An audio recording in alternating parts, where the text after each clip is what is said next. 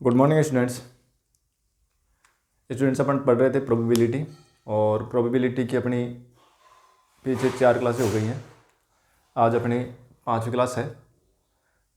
अब देखो, प्रोबेबिलिटी के अंदर हमने शुरू कर दी थी सहप्रतिबंध प्रायिकता, और आज उसी को आगे बढ़ाते हुए कुछ क्वेश्चन उसके करवा दिए थे। यानी 12वीं के लिहाज से हमने एक्सरसाइज 13.1 शुरू कर दी थी, और उसमें से कुछ क्वेश्चन कर लिए थे। बाकी क्वेश्चन आज अपनी क्लास में करते हैं। तो आज का जो क्वेश्चन है, पीछे हमने 10 तक क्वेश्चन कर लिए थे ना। 11 क्वेश्चन क्या है कि एक न्याय पासे को उछाला गया है और घटना ई, एक न्याय पासा उछाला गया है। तो मतलब ये हुआ कि न्याय पासा उछाला गया तो प्रतिदर्श समष्टि कितनी होगी। यानी क्वेश्चन नंबर है 11। प्रतिदर्श समष्टि तो एक ही पासा उछाला गया ना, तो अपने पास क्या क्या रिजल्ट आ सकते हैं। 1 2 3 4 5 और 6, इनमें से कोई भी आ सकता है। ठीक है। अब देखो क्या करा कि ई घटना जो है ना, उसमें तो क्या दे रखा है, घटना ई है, उसके तो रिजल्ट हैं उसके 1 3 और 5, मतलब कि पासे के और विषम संख्या ना। ये तो घटना ई हो गई। घटना एफ जो दे रखी है वो दे रखी है अपने को 2 और 3। ठीक है। और जी घटना जो दे रखी है ना, वो दे रखी है अपने को, जी घटना दे रखी है 2 3 4 और 5। ठीक है। अब इसमें क्या क्या पूछ रखा है। Number 1, probability of E on F, एक तो ये पूछ रखी है। दूसरी, probability of F on E, ये पूछ रखा है। तो ये मैं नहीं करूँगा, दोनों आप खुद करेंगे। ठीक है ना, क्योंकि इस प्रकार के प्रश्न अपन कर चुके हैं। Probability of E on G, E on G, और probability of G on E, ये भी अपन पहले कर चुके हैं, तो ये भी नहीं करूँगा। ठीक है ना, इस टाइप क्वेश्चन अपन कर चुके हैं। तीसरा जो पार्ट है, इसको करवाने का जो मेन उद्देश्य है ना, वो है पार्ट तीसरा। ठीक है ना। तीसरे पार्ट में देखो क्या क्या पूछ रखा है। इसमें तीसरा पार्ट जो है ना, उसमें पूछा गया इसमें कि probability of E union F on G और probability of E intersection F on G, ये पूछा गया है। ठीक है। तो कोई दिक्कत नहीं है, हमें सीधा तीसरा पार्ट ही करना है, और तीसरा पार्ट ही मैं करूँगा। तो probability of E union F on G ये है, तो इसको क्या लिखेंगे भाई, ई अपॉन एफ के लिए क्या था कि पहले ऊपर तो आएगा दोनों का इंटरसेक्शन, तो ई यूनियन एफ एक तो घटना ये हो गया, इसका इंटरसेक्शन किस साथ में, जी के साथ में, और नीचे वही आएगा जो नीचे है, जी नीचे तो नीचे जी आ गई। ठीक है। अब देखो, ये चाहिए हमें, एक तो ई यूनियन एफ चाहिए, तो निकालो पहले। सिंस ई यूनियन एफ जो है ना, वो क्या आएगा, ई यूनियन एफ, देखो इनमें मतलब ई यूनियन एफ में तो क्या आएगा, ई और एफ के सारे एलिमेंट आएंगे। तो 1 3 और 5, 1 2 3 और 5। ठीक है। और फिर इसका इंटरसेक्शन निकालना किसके साथ में, यूनियन ई यूनियन एफ का इंटरसेक्शन निकालना है जी के साथ में। मतलब इसका और इस जी में कॉमन देखो क्या है, तो कॉमन एक तो 2 है, एक 3 है और एक 5 है। भाई इसमें कॉमन देखो, इंटरसेक्शन मतलब कॉमन तो होता है। अब निकाल दो इनकी प्रायिकता। तो probability of E union F intersection G, इसकी जो प्रायिकता वो क्या आएगी, इसके एलिमेंट हैं 3 और टोटल कितने हैं 6, ये आ गई। और नीचे कौन है जी, तो प्रोबेबिलिटी ऑफ जी है वो भी कितना आ जाएगा 4/6। तो अपने को क्या चाहिए था, यही तो निकालना था, तो रख दो सारे मान। तो probability of E union F on G जो है ना, वो क्या आ जाएगा, इसकी जो प्रायिकता वो निकाल रखी है, वो आ गई 3/6। टोटल कितनी है, नीचे कितनी है जी वाली, वो 4/6 है। 6 से 6 कट गया, 3/4 अपना आंसर हो गया। ठीक है। इस तरीके से अगर इसमें दूसरे में निकालेंगे ना, तो इसमें क्या हो जाएगा कि भाई प्रोबेबिलिटी ऑफ है, अगर ये निकालना है तो इसके लिए क्या आएगा, प्रोबेबिलिटी ऑफ दोनों का इंटरसेक्शन, ई इंटरसेक्शन एफ, और इसका जी के साथ में इंटरसेक्शन, और बट्टे में प्रोबेबिलिटी ऑफ जी। ठीक है। अब जो भी चाहिए ना, वो सारे वैल्यू अपन निकाल लें। जैसे ये निकाला ना, ई यूनियन एफ इंटरसेक्शन जी निकाला, ऐसे ही ई यूनियन एफ और फिर इसका जी के साथ में इंटरसेक्शन निकाल लेंगे, और उसकी प्रायिकता निकाल लेंगे। वो तो याद रख देंगे, जी की प्रायिकता अपने पास निकाल रखी है, ये निकाल रखी, जी की जो प्रायिकता निकाल रखी, क्या निकाली है, ये रही 4/6, रख देंगे, हल कर लेंगे। ठीक है। तो ये ज़्यादा कठिन प्रश्न था नहीं है, खाली ये 2 ये बात बतानी थी, वो अपनी हो गई। अब देखो क्वेश्चन नंबर 12 का देखो।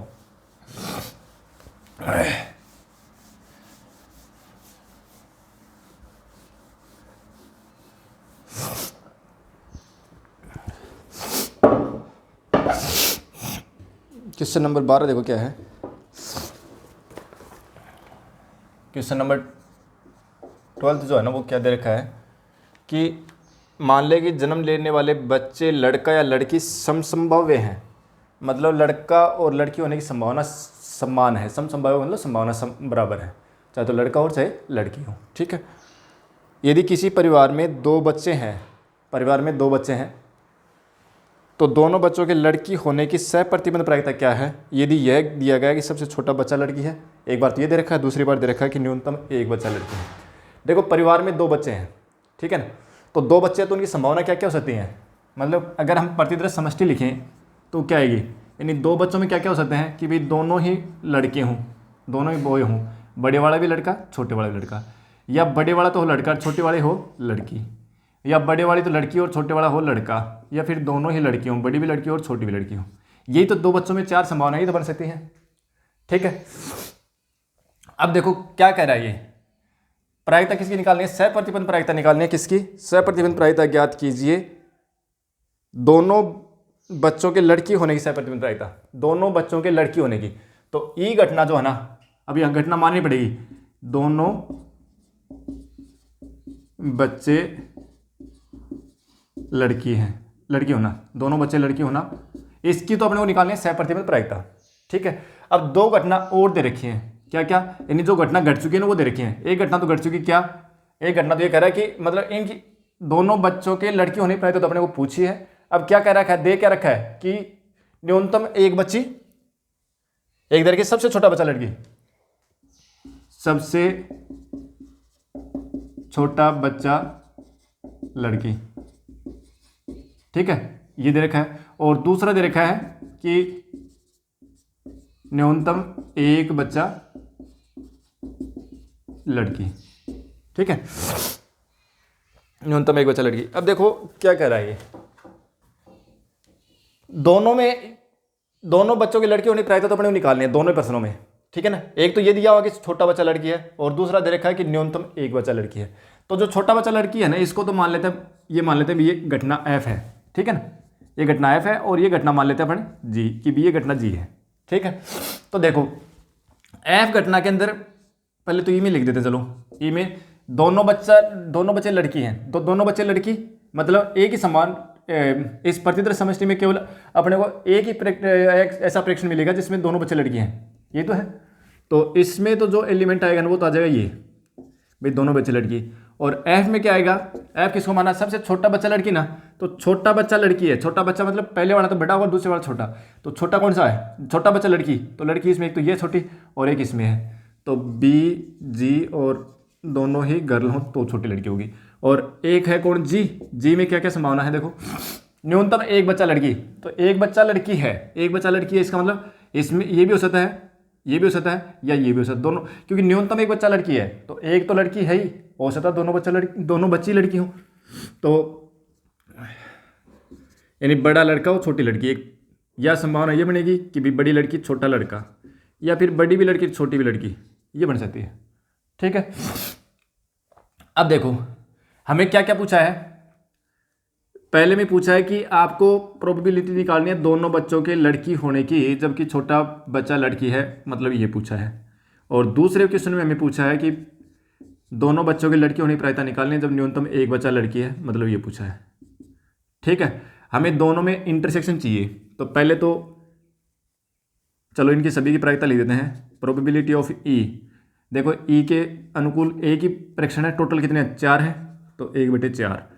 प्रोबेबिलिटी ऑफ एफ 2/4 और प्रोबेबिलिटी ऑफ जी 3/4। ठीक है, और अब आ जाओ आप ई इंटरसेक्शन एफ, ई और एफ में कॉमन कौन है भाई, ई और एफ में कॉमन केवल एक ही है, यही तो कॉमन है। ठीक है, और इसकी प्रायिकता अगर निकालें तो probability of E intersection F बराबर हो जाएगा 1/4। और एक आ जाओ ई और जी में कॉमन कौन है, ई और जी, ये तो ई रहा और ये जी रहा, इनमें कॉमन कौन है, जी की बजाय, चलो ये जी लड़की को लिया हमने यहाँ, तो जी की बजाय कोई और ले लो आप, ई ले लो, चलो ये। ठीक है ना भाई, न्यूनतम एक बच्चा लड़की है, इस घटना को हमने ए मान लिया, न्यूनतम एक बच्चा लड़की जो है ना, इस घटना को हमने ए मान लिया। ठीक है, तो ये ताकि मिले नहीं। तो ये ए, हाँ इन दोनों में कॉमन देखो, तो दोनों में कॉमन तो एक है ना, ये जी और जी इसमें कॉमन है, तो probability of E intersection A जो वो कितना आ जाएगा, 1/4 ही आ जाएगा। अब तो सारे रख दो मान, इसमें सारी चीज़ें निकल गई। पहला पार्ट क्या पूछा था, probability of E on F बराबर probability of E intersection F upon probability of F, रख दो मान सारे सारे कितने, तो 1/4 और एफ की प्रायिकता कितनी है, 2/4, 4 से 4 घटे तो 1/2 आ गया। और number 2 probability of E on G, तो ये आ जाएगा probability of E intersection G upon probability of G, रख दो मान। तो ई इंटरसेक्शन जी की ए इंटरसेक्शन जी नहीं है, कहाँ लिख दे, जी नहीं ए लिखो, इसको ए करो आप, क्योंकि ए माना ना इसको तीसरी घटना को हमने ए, तो कितना आ जाएगा देखो, 1/4 तो ये हो गई, और ए की प्रायिकता कितनी है, 3/4, 3/4 ये कैंसिल हो जाएगा तो 1/3 आ जाएगा। ठीक है, ये अपने को पूछा था, दोनों आंसर हो गए। ठीक है, अब देखो आगे क्वेश्चन नंबर 13 देखो, ज़्यादा कठिन प्रश्न नहीं है, ठीक है, थोड़ा सा दिमाग लगाए करेंगे तो हो जाएंगे आराम से। देखो क्वेश्चन नंबर 13 क्या है,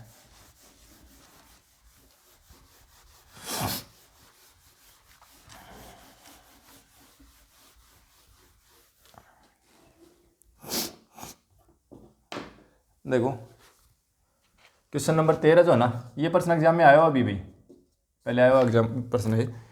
एक प्रशिक्षक के पास 370 सत्य प्रकार के प्रश्न है, 370 सत्य और असत्य प्रकार के आसान प्रश्न है। तो देखो सत्य और असत्य प्रकार के आसान प्रश्न कितने हैं, आसान प्रश्न जो है ना वो कितने हैं, दे रखे 300, ठीक है, और 200 सत्य असत्य प्रकार के कठिन प्रश्न है, 200 जो है ना वो है कि कैसे कठिन प्रश्न है, सत्य और असत्य प्रकार के, ठीक है। और फिर कह रहा आगे 500 बहुविकल्पीय प्रकार के आसान प्रश्न है,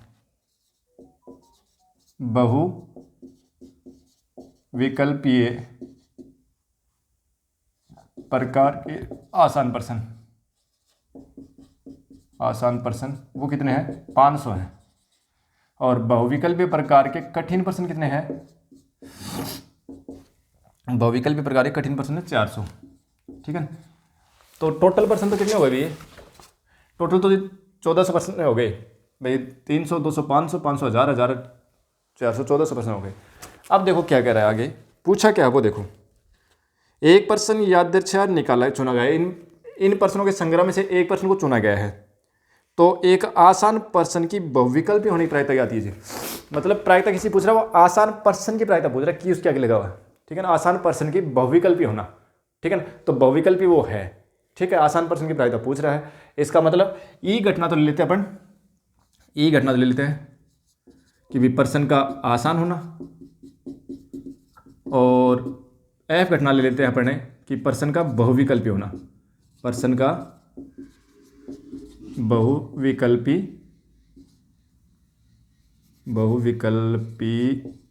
होना, ठीक है। तो देखो प्रोबेबिलिटी ऑफ ई, आसान प्रश्न देखो कितने हैं, देखो सत्य प्रकार के आसान प्रश्न तो है 300, और बहुविकल्पी प्रकार के आसान प्रश्न है 500, तो टोटल हो गया 800, और प्रश्न के आसान होने की प्रायिकता कितनी जाएगी, 800/1400 हो, मतलब आ गया 8 चलो इसको इतना बढ़ा रहने दो ना, ताकि काटना मत करो, ताकि अपने आप कट जाएगा सब लास्ट में ना, हाँ। और प्रोबेबिलिटी ऑफ एफ यानी प्रश्न का बहुविकल्पी प्रश्न कितने हैं, बहुविकल्पी प्रश्न देखो, बहुविकल्पी प्रकार के आसान प्रश्न तो 500, कठिन प्रश्न है 400, तो 900 हुए टोटल, तो 900/1400, ठीक है। अच्छा हमें क्या निकालना है कि भाई प्रश्न आसान होने की प्रायिकता तो निकालनी है, क्या दिया हुआ है कि प्रश्न बहुविकल्पी है, बहुविकल्पी प्रश्न के आसान होने की प्रायिकता पूछी अपनी, ठीक है ना, तो ये निकालना है, तो इसका मतलब probability of E intersection F चाहिए एक तो, और अपॉन प्रोबेबिलिटी ऑफ एफ, ये क्या है, ई इंटरसेक्शन एफ, मतलब ये हुआ कि प्रश्न आसान भी है और बहुविकल्पी भी है, इसका मतलब तो यही तो हुआ भाई, दोनों ही चीज़ें हैं, तो दोनों मतलब आसान भी है और बहुविकल्पी भी है, आसान और बहुविकल्पी, ये बहुविकल्पी रहा और आसान, तो आसान और बहुविकल्पी प्रश्न कितने 500 ना, तो इसकी प्रायिकता कितनी आएगी 500/1400 तो ये हो जाएगी, ठीक है ना। और नीचे की इसकी है ही 900/1400, ठीक है। ये कैंसिल हो गया तो 500/900 ये कैंसिल हो गया तो 5/9 आ गया, ठीक है। तो ये अपना क्वेश्चन नंबर 13 था, ठीक है। अब देखो कल मैंने क्लास रिकॉर्ड की थी, ठीक है, और उसमें आधी क्लास में पता नहीं आवाज़ नहीं आई, तो मैंने एक क्लास में ही सारा वीडियो सेट कर दिया था, 16-17% थे वो सारे एक क्लास में कर लिए थे, लेकिन उस क्लास में आधे में आवाज़ नहीं थी। तो शुरू के 13 जो 3-4% किए थे ना उसमें आवाज़ नहीं थी, तो वो परसेंट मैंने कट कर दिए हैं, ठीक है। तो आज की जो क्लास है ना मैं इसको यहीं तक रखता हूँ। तो एक क्लास में ये आ गई 13 तक के परसेंट, और बाकी इसके आगे के जो 14 से 16% है वो अपने को एक वीडियो पहले से बना हुआ है उसमें मिलेंगे, ठीक है ना। वो दोनों ही वीडियो एक साथ अपलोड हो जाएंगे, पहले ये कर दूंगा फिर वो हो जाएंगे, ठीक है। तो इस प्रकार से अपनी एक्सरसाइज जो है ये 13.1 है वो कंप्लीट हो गई, ठीक है। मिलते हैं अगली क्लास में, थैंक यू।